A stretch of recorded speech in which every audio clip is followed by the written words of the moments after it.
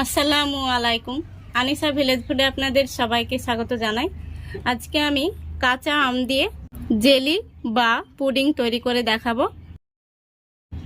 তো যেহেতু কাঁচা আম এখন প্রায় শেষ হয়ে যাচ্ছে, তো এখানে আমি একটি কাঁচা আম নিয়েছি, বোটাটা কেটে নিয়েছি।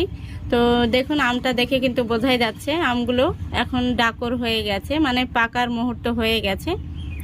তো আমটাকে আমি খুব ভালো করে খোসাটা ছাড়িয়ে নেব। তো খুব ভালো করে খোসাটা ছাড়িয়ে নিতে হবে, যেন আমের গায়ে সবুজ অংশ লেগে না থাকে।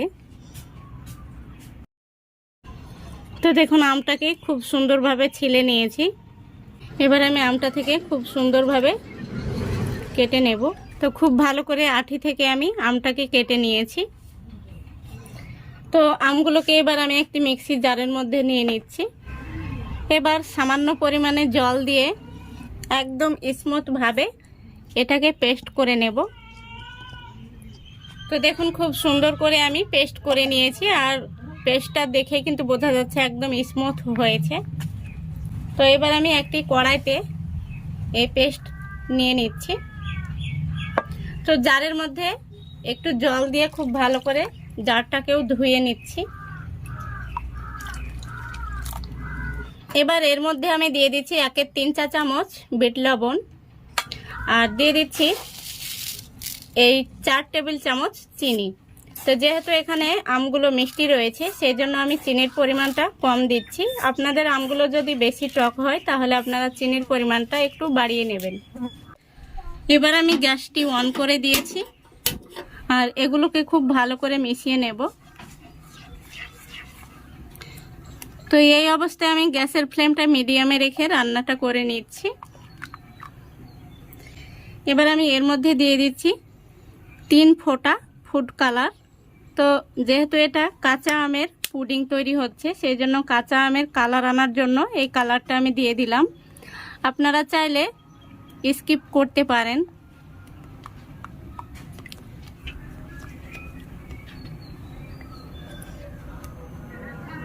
তো এটা কিন্তু ফুটতে শুরু করেছে, এটাকে আরও একটু ঘন করে নেব।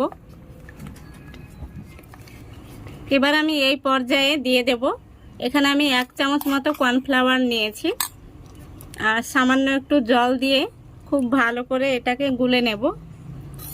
তো দেখুন, এখানে জেলাটিন ছাড়া আর আগার আগার পাউডার ছাড়াও কিন্তু পুডিংটা খুব সুন্দরভাবে তৈরি হয় কর্নফ্লাওয়ার দিয়ে।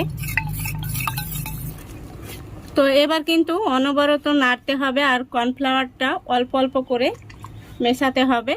তো কর্নফ্লাওয়ারটা কখনোই একসঙ্গে দেবেন না, নইলে তলা থেকে কিন্তু লেগে যেতে পারে বা জমাট বেঁধে যেতে পারে।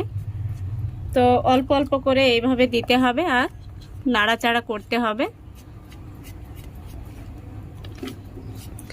আর গ্যাসের ফ্লেমটা কিন্তু মিডিয়াম টু লো ফ্লেমে রেখে এই কাজটা করতে হবে, নইলে খুব তাড়াতাড়ি কর্নফ্লাওয়ারটা একদম জমাট বেঁধে যাবে।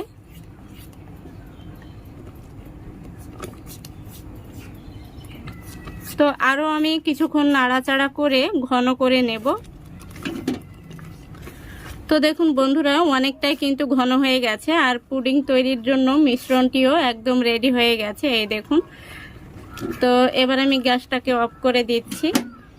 তো পুডিংটা সেট করার জন্য এখানে আমি একটি কাচের বাটি নিয়েছি, আর এই বাটির মধ্যে একটু সাদা তেল ব্রাশ করে নিয়েছি। এবার পুডিংয়ের মিশ্রণটি আমি বাটির মধ্যে দিয়ে দেব। তো বন্ধুরা, একবার হলেও কিন্তু এই কাঁচা আম শেষ হওয়ার আগে আপনারা বাড়িতে এইভাবে বানিয়ে দেখবেন।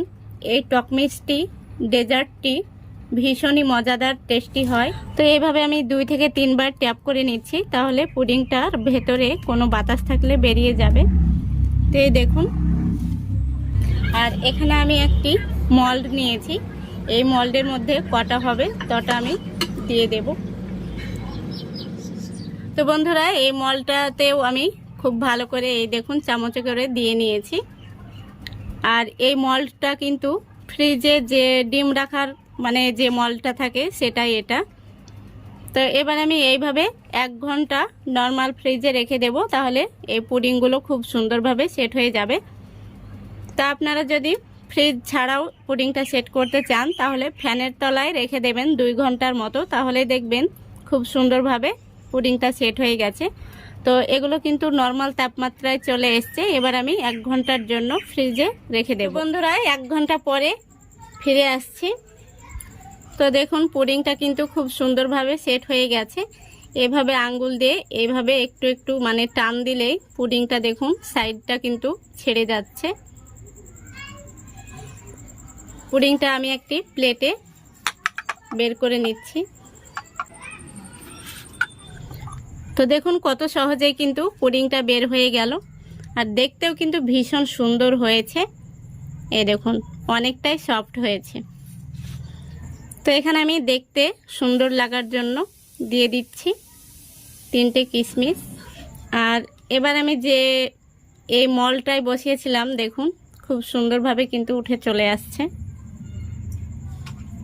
তো এবার আমি একটি প্লেট নিচ্ছি, প্লেটে করে এগুলো তুলে তুলে রাখবো।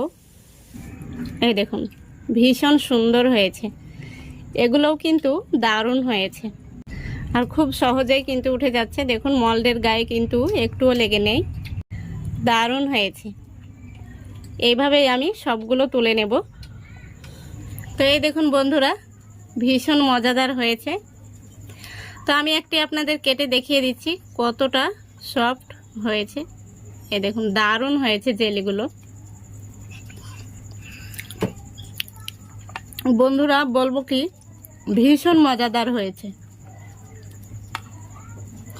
তো আপনারা বাড়িতে অবশ্যই একবার হলেও ট্রাই করবেন, আর কেমন হয়েছে অবশ্যই কমেন্টে লিখে জানাবেন। তো আজকের রেসিপিটা ভালো লাগলে অবশ্যই একটি লাইক করে দেবেন এবং পরবর্তী ভিডিও পাওয়ার জন্য চ্যানেলটিকে সাবস্ক্রাইব করে অল নোটিফিকেশানটি অন করে পাশে থাকবেন। আর সবাই ভালো থাকবেন, সুস্থ থাকবেন। খোদা হাফেজ।